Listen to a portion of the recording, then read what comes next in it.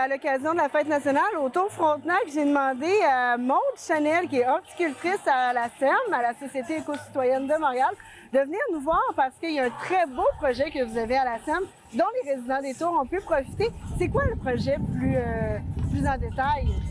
Oui, en fait, on est super contents. C'est un projet qui est supporté par le REC, le regroupement des écoquartiers. Donc, c'est 6 écoquartiers et 4 arrondissements qui supportent le projet. Nous, ici, c'est vraiment financé par l'INSPQ pour contrer les îlots de chaleur. Ah oui. Donc, l'année dernière, j'ai fait un repérage dans le quartier Ville-Marie pour découvrir les zones où ce serait intéressant de planter des armatures ou de faire des jardins pour contrer les effets des îlots de chaleur.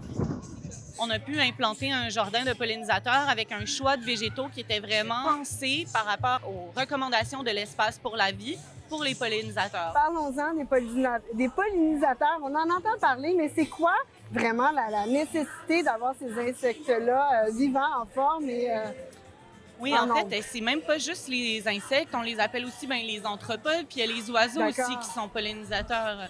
Donc, quand on parle de jardin mellifère, on essaie d'attirer les abeilles. C'est quand même un grand pourcentage des plantes qui sont pollinisées par les abeilles. Les pollinisateurs vont chercher le pollen mâle et l'amener vers la fleur pour polliniser de cette façon-là. C'est environ 1 bouchée sur 3 dans notre assiette qui est due aux pollinisateurs. Quand même! C'est 80% des plantes florales qui sont pollinisées par les insectes et les autres pollinisateurs. L'idée du Jardin des Tours Frontenac, c'était aussi de créer un point de rencontre, un lieu d'apprentissage où on va pouvoir faire des kiosques et différentes animations qui vont servir aussi à l'apprentissage des îlots de chaleur. Donc, c'est quoi un îlot de chaleur? C'est quand un endroit dans la ville ou ailleurs est plus chaud que la moyenne environnante autour. Donc, ici, on le sent particulièrement sur la rue Ontario. Oui. Déjà, vous avez un grand jardin derrière. On sent la différence tout de suite entre être du côté sud d'Ontario, derrière chez vous, et du côté nord. On espère aussi qu'avec ces investissements-là qui vont être faits, il va y avoir une réflexion plus grande au niveau des logements et des établissements sociaux, parce que c'est souvent à cause du manque de réflexion, d'aménagement sur le réchauffement climatique que les gens défavorisés aboutissent à être plus vulnérables, finalement, aux îlots de chaleur.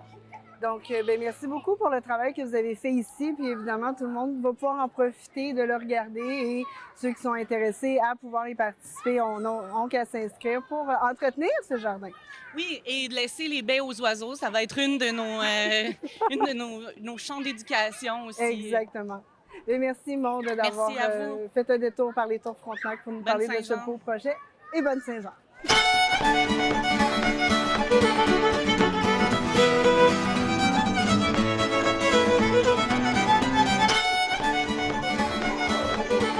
Je vais faire une papaye.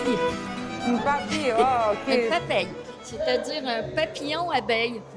Oh, alors, wow. Ça va être la forme d'une abeille, mais avec des ailes de papillon.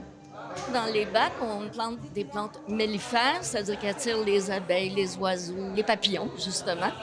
Et on a été un groupe à ôter de la vieille terre, mettre de la nouvelle, planter les plantes qui nous ont été fournies, évidemment.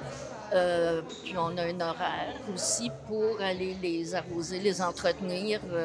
Chacun a sa ou ses journées pour aller voir comment ça se passe, puis mettre de l'eau, etc. Puis toi, t'as fait quoi? Un papillon, des oiseaux, puis une fleur. Puis c'était pour les jardins mellifères, hein, c'est ça? Qu'est-ce qu'ils sont, les jardins mellifères? Je sais pas. Ça l'amène les pollinisateurs. Hein, on avait dit les abeilles, les colibris, les papillons. C'est ça qu'on a peinturé? Oui. Comment t'as trouvé ça? Bien. Bien? T'en as fait combien?